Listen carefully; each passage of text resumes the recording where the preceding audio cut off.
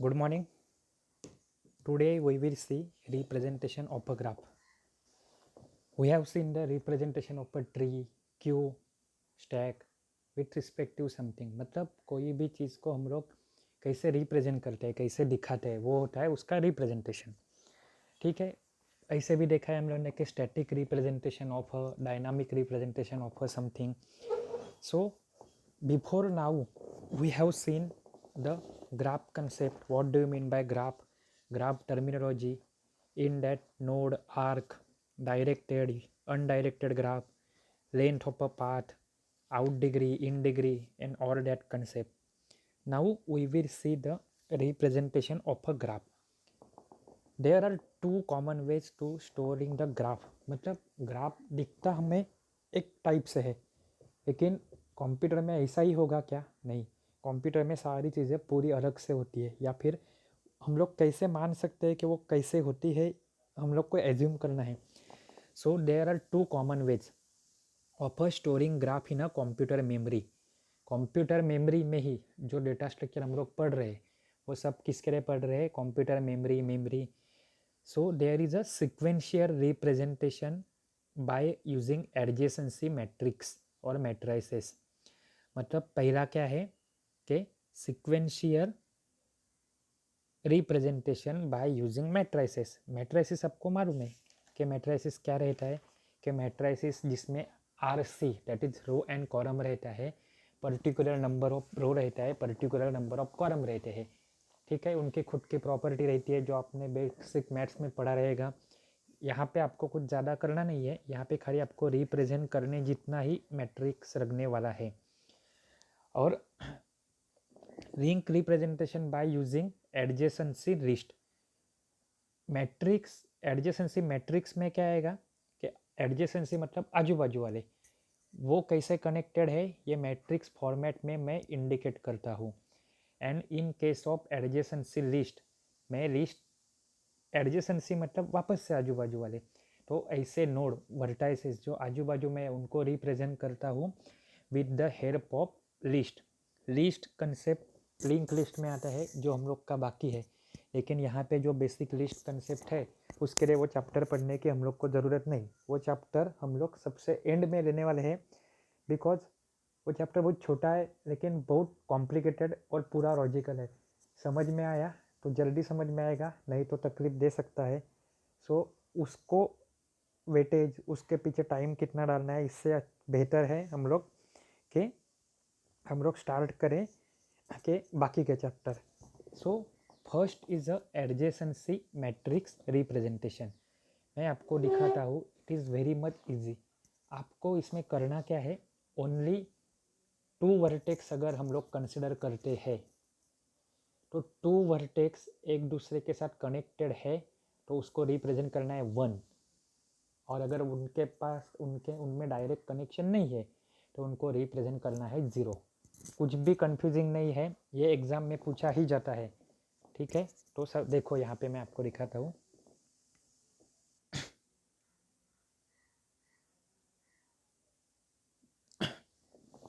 An adjacency matrix is used to represent which nodes are adjacent to each other. मैं जैसे बोला कि adjacent node मतलब क्या है? आजू बाजू वाले. तो एडजेसेंसी मैट्रिक्स क्या रिप्रेजेंट करता है कि एक मैट्रिक्स देख के आपको मालूम पड़ सकता है कि कौन से वर्टेक्स, कौन से नोड के बाजू में कौन सा नोड है. By definition two nodes are said to be adjacent if there is an edge connecting to them.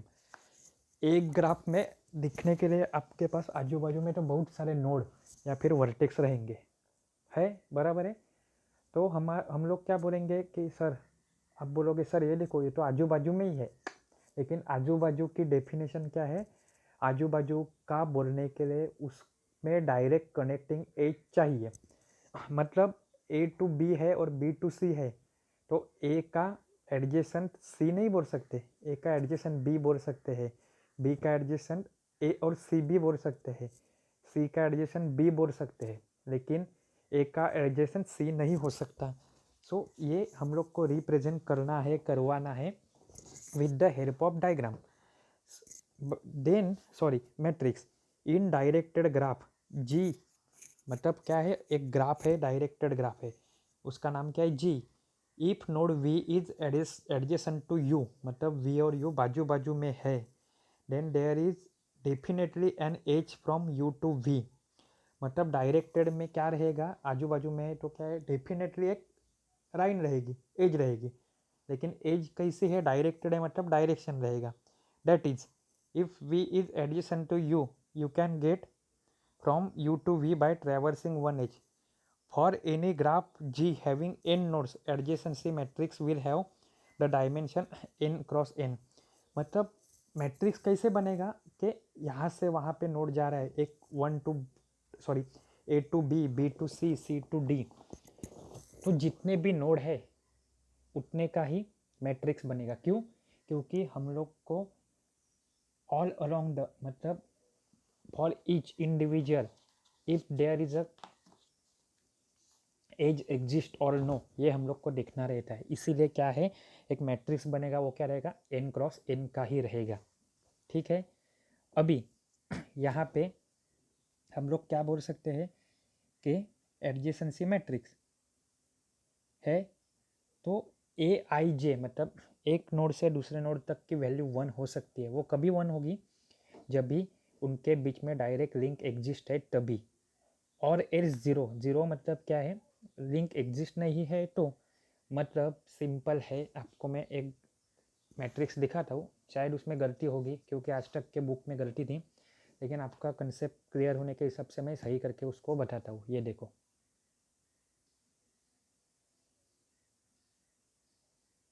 ये ऊपर वाली डायग्राम खाली रेफर करो।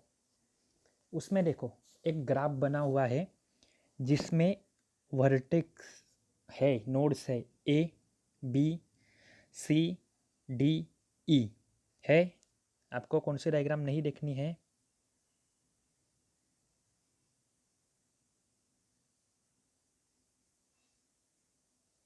ये डायग्राम आपको नहीं देखनी है, आपको ये डायग्राम देखनी है।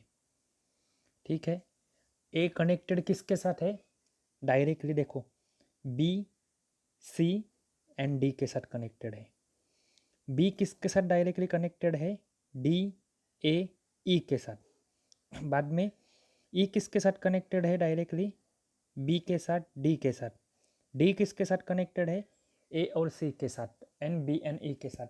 सो इफ वी आर ड्राइंग, क्या बोला है हम लोग को कि एडजेसेंसी मैट्रिसेस ड्रॉ करना है तो जितने भी वर्टेक्स है उनका नंबर गिनो और उसका n क्रॉस n मैट्रिसेस बनाओ।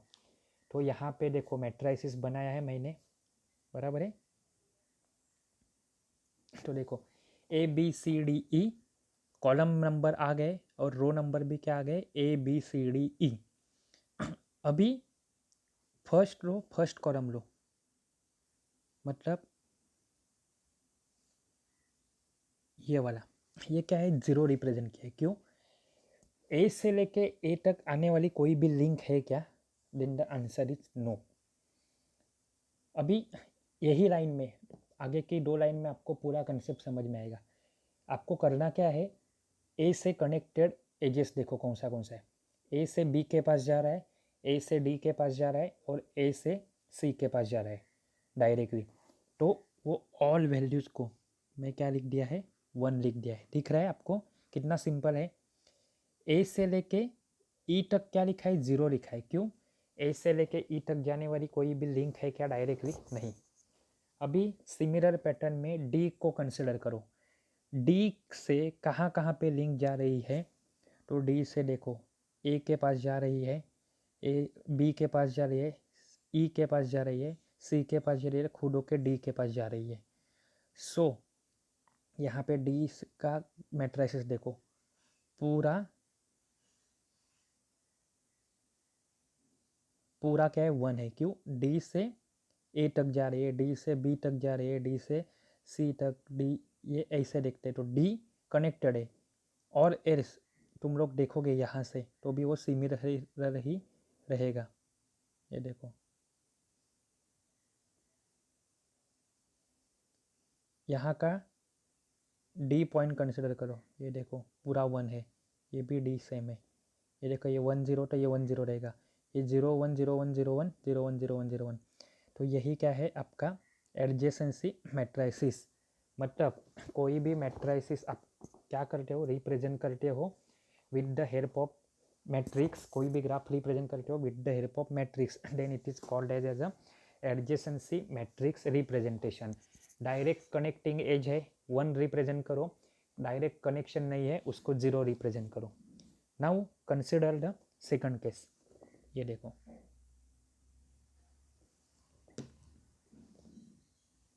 ये ग्राफ में कौन है, तो आपका दूसरा एक ग्राफ है, ठीक है, जिसमें देखो वापस से वर्टेक्स नोड कितने हैं, ए बी सी डी ई, लेकिन यहाँ पे एरो हेड इंडिकेट करता है कि कौन सा नोड कहाँ से कहाँ पे फ्लो हो रहा है। So the direction of arrow head plays an important role. क्या होगा यहाँ पे, कनेक्टिंग एज है, ये देखने से अच्छा हम लोग को देखना है कहाँ से होके कहाँ पे वो इंसिडेंट हो रही है। So consider point A. Matrices क्या बनेगा आपका, A B C D E, A B C D E, N cross N. अभी ए से लेके ए तक कोई नोड जा रहा है क्या, नहीं। सो उसका आंसर क्या आ गया, ये पहला वाला 0। देन ए से लेके बी तक जा रहा है, यस, तो ये 1 आ गया। ए से लेके सी तक जा रहा है, यस, तो 1 आ गया। ए से लेके डी तक जा रहा है क्या, नहीं। एज तो है लेकिन ये इनकमिंग है, सो इसकी वैल्यू क्या आ गई, 0 आ गई। ए से लेके ई तक नहीं है, समझा, सिंपल है। अभी कंसिडर करो ई, तो ई से कहीं पे जा रही है क्या, कोई भी नहीं, तो बट ऑब्वियस उसका पूरा का पूरा आंसर क्या आएगा, 0। समझा, डायरेक्टेड एजेस में। तो यही क्या हो गया आपका डायरेक्टेड ग्राफ, समझा। नेक्स्ट आगे हम लोग देखेंगे एडजेसेंसी लिस्ट रिप्रेजेंटेशन, उसके बाद आपका चैप्टर ख़त्म हो जाएगा और हम लोग स्टार्ट करेंगे सर्चिंग एंड सॉर्टिंग।